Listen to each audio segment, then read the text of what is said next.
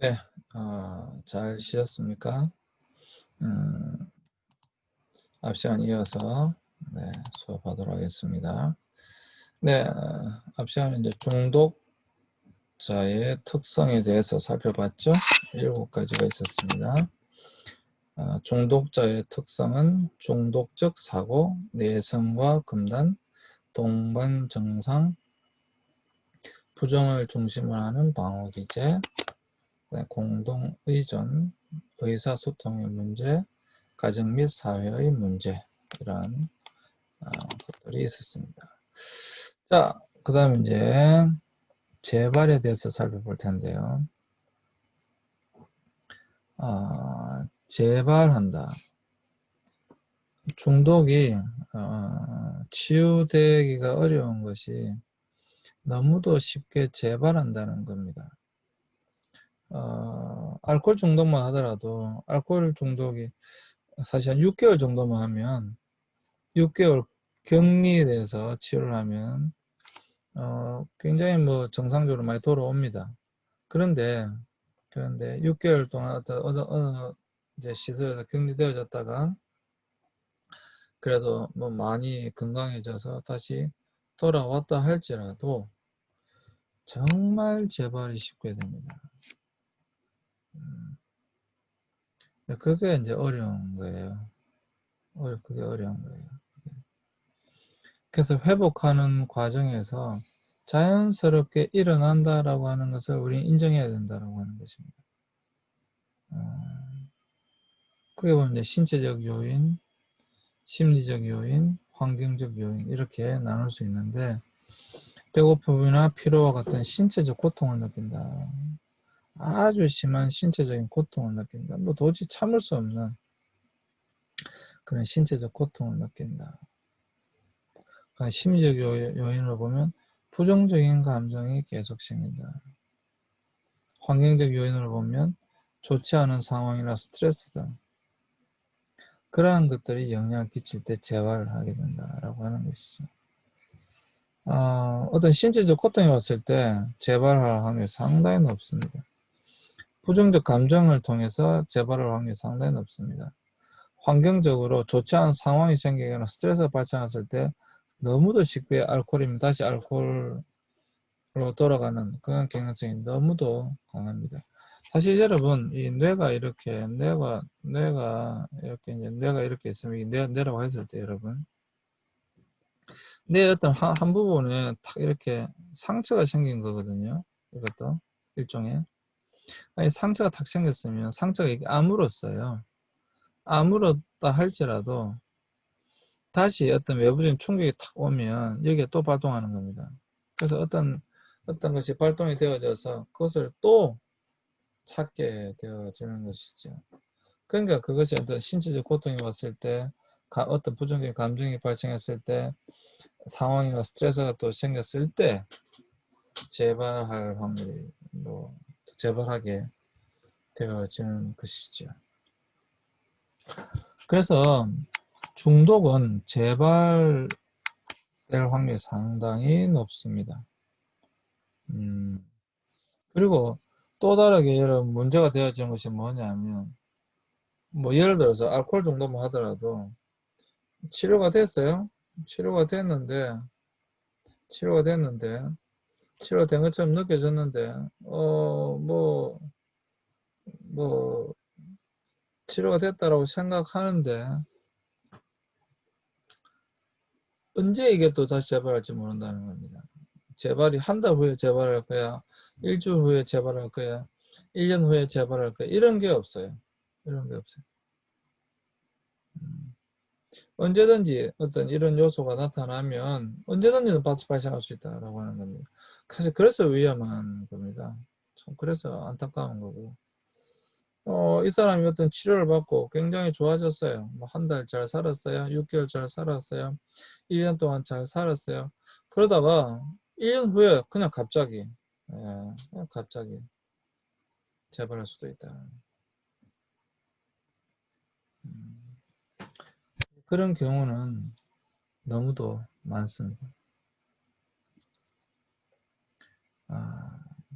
그래서 재발 상황에서 상담자가 어떤 태도를 가져야 되느냐. 이 사람이 재발했습니다. 그럼 이때 상담자가 어떤 태도를 가져야 되느냐.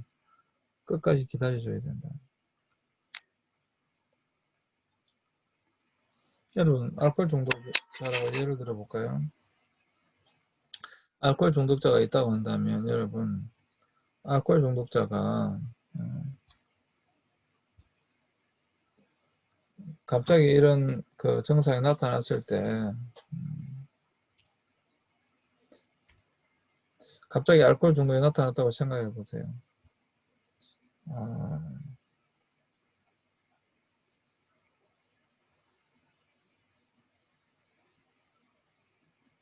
가족들이 어떻겠습니까?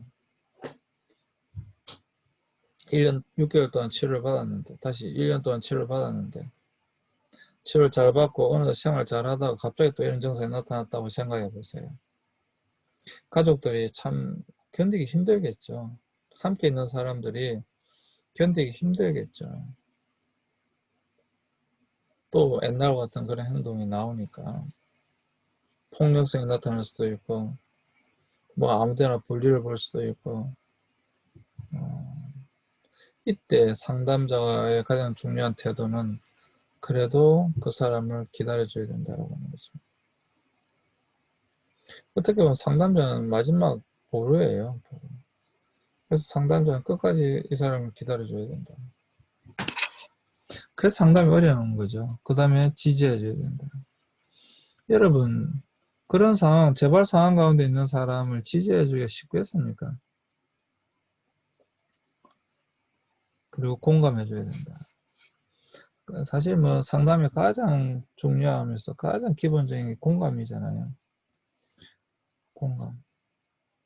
이 사람이 재발했다고 한다면 분명히 재발을 할 만한 그런 분명히 여러분 상황 내지는 환경이 있습니다. 그냥 재발하지 않습니다. 그냥 가만히 있는데 재발하지 않습니다. 물론 그럴 수도 있지만 그 확률은 굉장히 낮습니다. 반드시 여러분 그 재발을 하게끔 유발한 환경이 있습니다. 분명히 있습니다. 그래서 이 사람도 사실 힘들거든요. 힘들어서 재발하는 거거든요. 견디기 힘들기 때문에 재발하는 거라서 이 상황을 또한 이 사람을 기다려줘야 된다. 사실 여러분 말은 쉬우나 쉽지 않죠. 공감하기 쉽지 않죠. 그러나 끝까지 여러분 기다려주고 지지해주고 공감해줘야 됩니다. 이게 상담자의 태도입니다. 기다려주고 지지해주고 공감해줄 그런 자신이 없으면 상담하면 안 됩니다.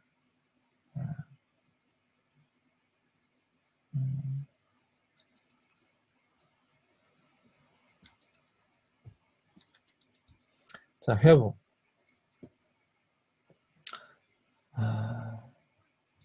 회복에 있어서 삶의 태도의 변화. 회복이라고 하는 건 다른 것이 아니죠. 삶의 태도에 대한 변화. 그리고 마음 챙김. 그리고 새로운 즐거움 찾기.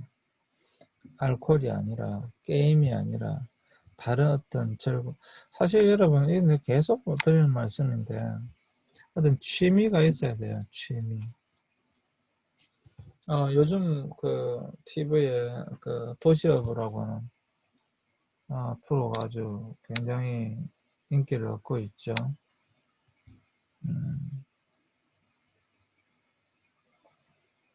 몰랐는데 우리나라에 700만 명이나 되는 낚시꾼이 있다 그래요. 야, 깜짝 놀랐습니다. 도시어부를 보면서 내가 알게 된 건데요. 700만 명의 낚시꾼들이 있대요. 엄청난 숫자잖아요.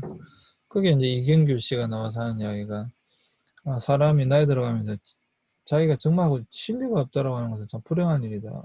동의합니다. 그래서 어떤 취미가 있어야 돼요. 근데 그 취미가 이제 만약 게임이었다. 그럼 근데 그 중독이 됐다. 그럼 이제 그 취미를 바꿔야 되는 거죠. 어, 새로운 즐거움을 찾아야 됩니다. 그리고 그 새로운 즐거움은 자신의 몸을 해치지 않는 자신의 몸과 마음에 굉장히 건강을 지킬 수 있는 그러한 것들을 찾아야 됩니다. 그래서 뭐 등산이나 낚시나 뭐 꼭 그런 것이 아니다 할지라도 자기가 좋아하는 것을 찾아야 됩니다. 그리고 항상 이게 심리적인 기제다라고 하는 것은 심리적 기제가 내려가는 거니까 심리적 기제라고 하는 것을 알고 자신의 마음을 챙길 줄 알아야 됩니다. 자신의 마음을 챙길 줄 알아야 됩니다.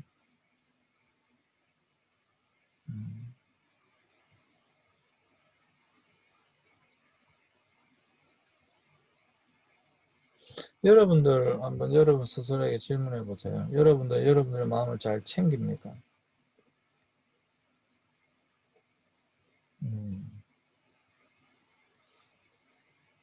사실 여러분 자신이 자신의 마음을 잘 챙기는 사람 그렇게 흔하지 않아요. 음,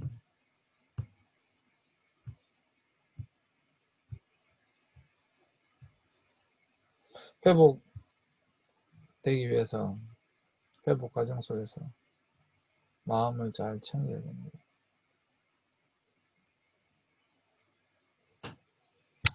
그게 사실 회복입니다. 벌써 여러분 삶의 태도가 바뀌고 마음을 챙길 수 있고 새로운 즐거움을 찾을 수 있는데 이게 이제 이제 완전히 치유된 거잖아요. 회복이 된 거잖아요. 음. 지금 여러분들도 여러분 자신의 모습을 한번 생각해 보세요. 여러분들 어떤 즐거움이 있는 거. 여러분 지금 만약 즐거움이 없다고 한다면 즐거움을 찾아야 됩니다. 그리고 자신의 어떤 분노나 스트레스가 발생했을 때 자신의 마음을 챙길 줄 알아야 됩니다. 사실 여러분 그 상담을 어느 시간에 이야기했는지 모르겠는데 어떤 사건이 생겼을 때 여러분 이 사건은 사건이에요. 이 사건이 일어나지 않은 것이 아니에요. 이 사건은 사건이에요. 그런데 중요한 건 사건에다가 자신의 감정을 더합니다. 자신의 감정을 더합니다. 근데 문제는 여러분 사건은 사실 이만한 사건인데 대부분의 사람들이 어떠냐 하면 이 사건에다 자신의 감정을 더해가지고 이렇게 이 사건을 키운다라고 하는 것입니다. 이 사건. 그 나중에는요 이 사건은 없고 감정만 남게 되는 겁니다. 그리고 감정도 훨씬 크게 감정이 남게 되어지는 것입니다.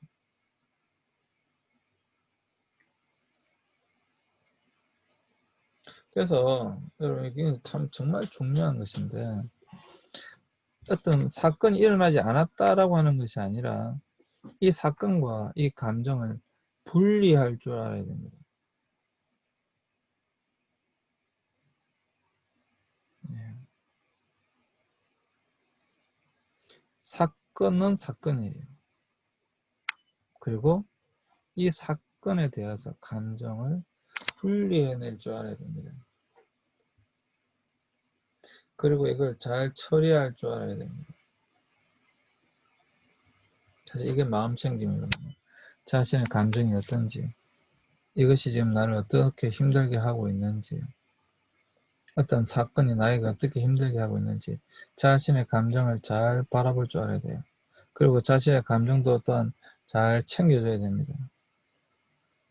그러지 않으면 이 감정이 점점 더 커지게 됩니다. 그리고 자신이 감당할 수 없는 그렇게 될 때 다시 중독으로 돌아가 버립니다. 꼭 중독이 아니라 할지라도 우리의 일상생활 가운데 이것은 굉장히 여러분 중요한 것입니다. 사건과 감정을 분리할 줄 알아야 된다. 그 다음에 이제 가족 상담, 중독자 가족의 특성. 정서적으로 잘 분리가 되지 않고 중독자에게 의존하게 되는 경우가 많다. 그래서 가족에 대한 상담과 교육이 반드시 필요하다. 그래서 이 가족 상담도 병행되어져야 한다. 이거는 뒤에 또 나오기 때문에 그때 하도록 하겠습니다. 그리고 중독 상담에 필요한 지식이 있는데, 중독에 대해서 상담을 하려고 하는 사람은 일단 대뇌의 이상도 생물학적 요인이 무엇인가에 대해서 기본적인 지식이 필요합니다. 아까 말씀드렸다시피 중독은 뇌의 문제이기 때문에 뇌의 문제이기 때문에 이것이 어떻게 뇌에 어떤 영향을 끼치는지, 뇌에 어디가 문제가 되어서 이런 현상이 나타나는 것인지에 대한 어떤 생물학적인 어떤 지식이 필요합니다. 여러분 그 심리학 개론 할 때 아마 이런 부분도 좀 다루었을 겁니다. 뭐 DNPG, 전두엽 이런 면에서 좀 다루었을 겁니다. 그 다음에 불안이나 우울이나 자존감 저하 등 심리적 특성에 대한 지식도 필요합니다. 이거는 물론 여러분들이 이제 상담을 배우면 기본적으로 다 다루는 거니까 이거는 뭐 잘 아실 거고요. 그 다음에 가정 및 사회의 어떤 요인들에 대한 이런 지식들도 필요합니다. 그리고 영성도 필요합니다. 영성이라고 하는 것은 여러분 기독교적인 영성을 이야기하는 게 아니에요. 영성이라는 용어는 기독교적 용어가 아닙니다. 영성은 영성이에요. 영성의 정의가 뭐냐면 관계 형성 능력이고요. 관계 지속 능력입니다. 이게 영성입니다. 그래서 상담자에게 요구되어지는 것이 무엇인가 하면 어떤 관계를 형성하고 그 관계를 지속하는 능력이 필요합니다. 여러분들 주의해 보시면 어떤 사람과 관계를 맺기는 잘 맺는데 관계를 지속하는 능력이 떨어져 있는 사람들이 있어요. 또 관계 형성하는 것도 굉장히 어려운 사람도 있습니다. 그러한 사람들은 영성이 좀 약한 사람들이에요. 그래서 영성이 뛰어나다라고 하는 것은 다른 것이 아니라 관계를 형성하는 능력이 뛰어난 것이고요. 관계를 지속하는 능력이 뛰어난 사람입니다.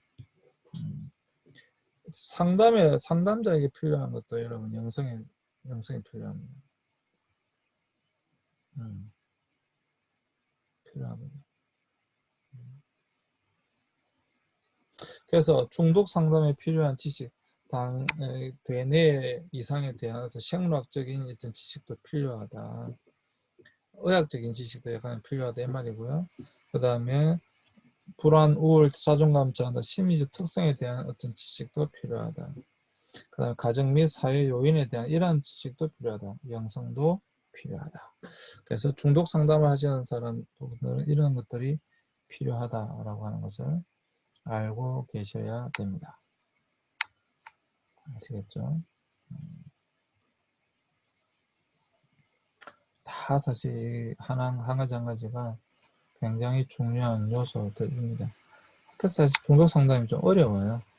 특수한 생각도 하고. 그다음에 심리평가를 통해서 이제 이 사람이 어느 정도 중독되어졌는가를 평가할 줄 알아야 된다. 뭐 면담, 심리검사, 행동 관찰 이런 것도 있죠. 심리평가의 가장 기본적인 것이다. 일단 면담을 통해서 상담이죠. 개인 상담 이렇게 앉아서 면담을 통해서 그 사람의 어떤 심리를 평가하는 것이고요. 두 번째는 검사지가 있죠. 심리 검사지를 통해서 그 사람의 어떤 이런 것들을 평가해 보는 거죠. 그 다음에 행동을 관찰해 보는 겁니다. 그 사람이 어떤 행동들을 하는지를 관찰해 봄으로써 그 사람의 심리를 평가해 볼 수가 있는 거죠. 그래서 이제 먼저는 또 가장 기본적이죠. 면담을 해보고 검사지를 가지고 검사해보고 그 다음에 그 사람의 어떤 행동들을 관찰해 봄으로써 이 사람의 상태가 지금 어떻구나 라고 하는 것을 우리는 일정 부분 이제 알게 되어지는 것입니다. 이건 충분히 아시겠죠? 네. 그것은요, 그 사람의 심리를 평가하게 된다 라고 하는 것이죠. 자, 그래서 이 타임에서 여러분들 심리검사를 다시 한 번 더 중독에 대하여 해보도록 하겠습니다. 네, 스마트폰 중독. 자, 한번 다시 한번 해보시죠. 이거는 실제로 우리나라 지금 여러 기관에서 쓰고 있는 겁니다. 청소년 스마트폰 중독 진단 S척도라고 하는 것인데요. 이건 이미 실제로 여러분 사용하고 있는 것입니다. 사용하고 있는 것입니다. 한번 여러분들 해보시죠. 네. 그리고 주위 부모님들이라고 한다면 아이들에게도 한번 시켜보는 것도 좋을 것 같습니다. 자, 한번 해보겠습니다. 밑에 보지 마시고요. 스마트폰의 지나친 사용으로 학교 성적이 떨어졌다. 청소년 스마트폰 중독 진단을 하는 거예요. 이런 검사지가 있는 거죠. 검사지로 검사를 하는 거잖아요. 뭐 전혀 그렇지 않다면 1일 것이고 그렇지 않다면 2일 것이고 그런 것 같다는 사람이 매우 그렇다면 4일 것입니다. 두 번째, 가족이나 친구들과 함께 있는 것보다 스마트폰을 사용하고 있는 더 즐겁다. 또 1, 2, 3, 4가 있습니다. 여러분 평가해 보세요. 스마트폰을 사용할 수 없게 된다면 견디기 힘들 것이다. 한번 또 체크해 보시고. 네 번째, 스마트폰 사용 시간을 줄이려고 해보았지만 실패한다. 어떻습니까, 여러분? 그렇습니까? 매우 그렇습니까? 아니면 그렇지 않습니까? 전혀 그렇지 않습니까? 다섯 번째, 스마트폰 사용으로 계획한 일, 공부나 숙제 또는 학원 수강 등을 하기가 어렵다. 내가 뭔가를 계획했는데 스마트폰 사용하기 때문에 못하고 있다. 이런 거죠. 여섯 번째, 스마트폰을 사용하지 못하면 온 세상을 잃은 것 같은 생각이 든다. 일곱 번째, 스마트폰이 없으면 안절부절 못하고 초조해진다. 자, 여덟 번째, 이게 이제 검사지, 이제 거꾸로 질문 하나 넣어놓습니다. 이렇게. 그냥 성의 없이 하는지, 아니면 잘 읽고 하는지, 아니면 집중하고 있는지, 여러 가지 요인 때문에 이렇게 하는 거예요. 예. 그래서 이렇게 턱 던져 넣습니다. 이제. 예. 턱 던져 넣는 거예요. 그래서 툭 던지는 게 뭡니까? 스마트폰 사용 시간을 스스로 조절할 수 있다. 조절할 수 있습니까? 전혀 그렇지 않으면 조절 못하면 4라는 거고요. 그렇지 않다라고 하면 3이고요. 잘 조절한다면 2이고요. 매우 잘 조절하면 1입니다. 아홉 번째, 수시로 스마트폰을 사용하다가 지적을 받은 적이 있다. 다시 전혀 그렇지 않다, 그렇지 않다, 그렇다, 매우 그렇다. 열 번째, 스마트폰이 없어도 불안하지 않다. 뭐 전혀 그렇지 않으면 4일 것이고 그렇지 않다면 3일 것이고 그렇다면 2일 것이고 매우 그렇다면 1일 것입니다. 스마트폰을 사용할 때 그만해야지라고 생각하면서 계속한다. 스마트폰을 자주 또는 오래 한다고 가족이나 친구들로부터 불평을 들은 적이 있다. 스마트폰 사용이 지금 하고 있는 공부에 방해가 되지 않는다. 스마트폰을 사용할 수 없을 때 패닉 상태에 빠진다. 스마트폰 사용에 많은 시간을 보내는 것이 습관화되었다. 어떻습니까? 자, 점수를 매겨보세요. 그리고 다시 말씀드려 부모님들은 아이들에게도 한번 시켜보세요. 이게 이제 전문적인 검사지죠. 이 진단지입니다. 지금 우리가 뭐 하고 있습니까? 이거 하고 있어요. 우리가 지금 하고 있는 것이 여러분 지금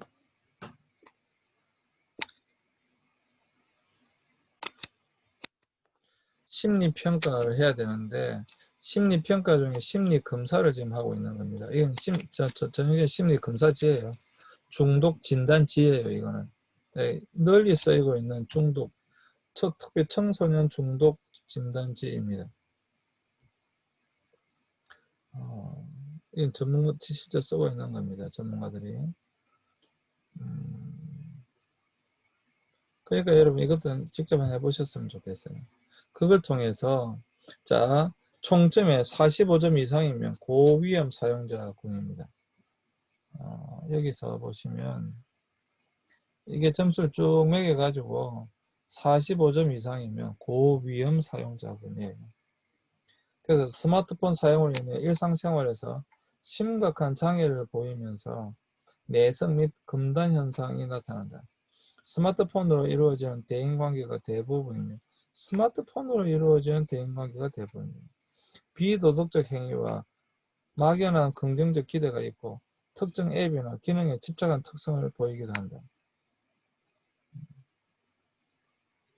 스마트폰 중독 경향성이 매우 높으므로 관련 기관의 전문적 지원과 도움이 요청된다.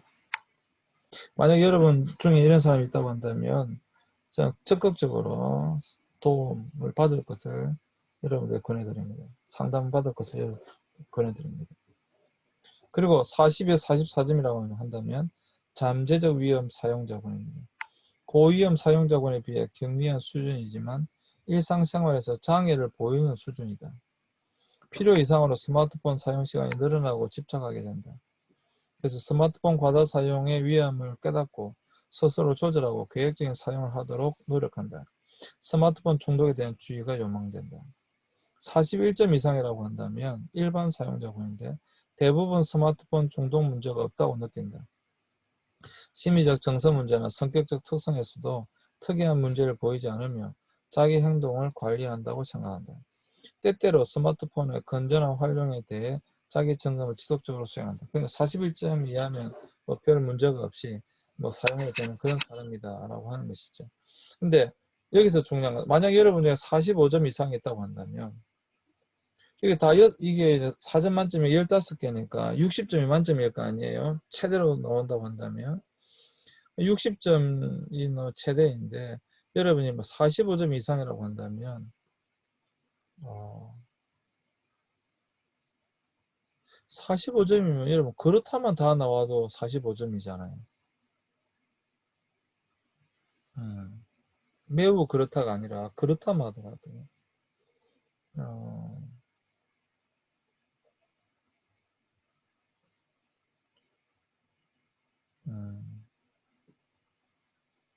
여러분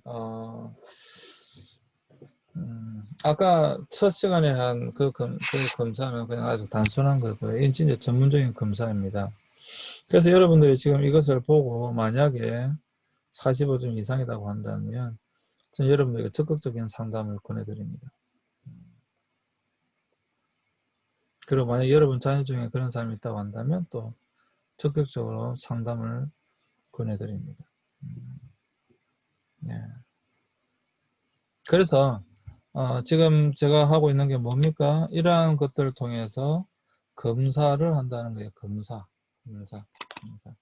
지금 우리는 심리 검사지를 통해서 검사하는 걸 지금 배운 거거든요. 그렇죠? 검사, 심리 평가를 하는 거.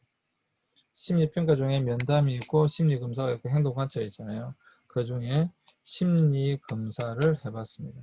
그럼 여러분들 같으면 이제 면담을 하겠죠. 그 다음에 부모님 같으면 행동을 자녀가 그렇다라고 생각이 드신다고 한다면 행동 관찰해 보면 되겠죠. 그래서 그렇게 해서 그 사람의 어떤 심리를 평가해 본다. 그 중에 지금 심리 검사지를 중독 진단지를 한번 여러분들과 함께 실제적으로 해 보았다. 이 말입니다. 오늘 첫 시간인데 사실 여러분 너무 좀 그렇죠? 첫 시간은 좀 여유있게 그냥 한 학기 동안 뭘 해야 될지 편하게 들어가서 하는 것인데 이게 이제 온라인 강의 어떻게 보면 어쩔 수 없는 것입니다. 첫 시간에도 불구하고 수업을 잘 들어주셔서 여러분 감사하고요. 이번 한 학기 동안 중독에 대해서 좀 더 이제 깊이 있게 다음 시간부터 들어가게 될 것입니다.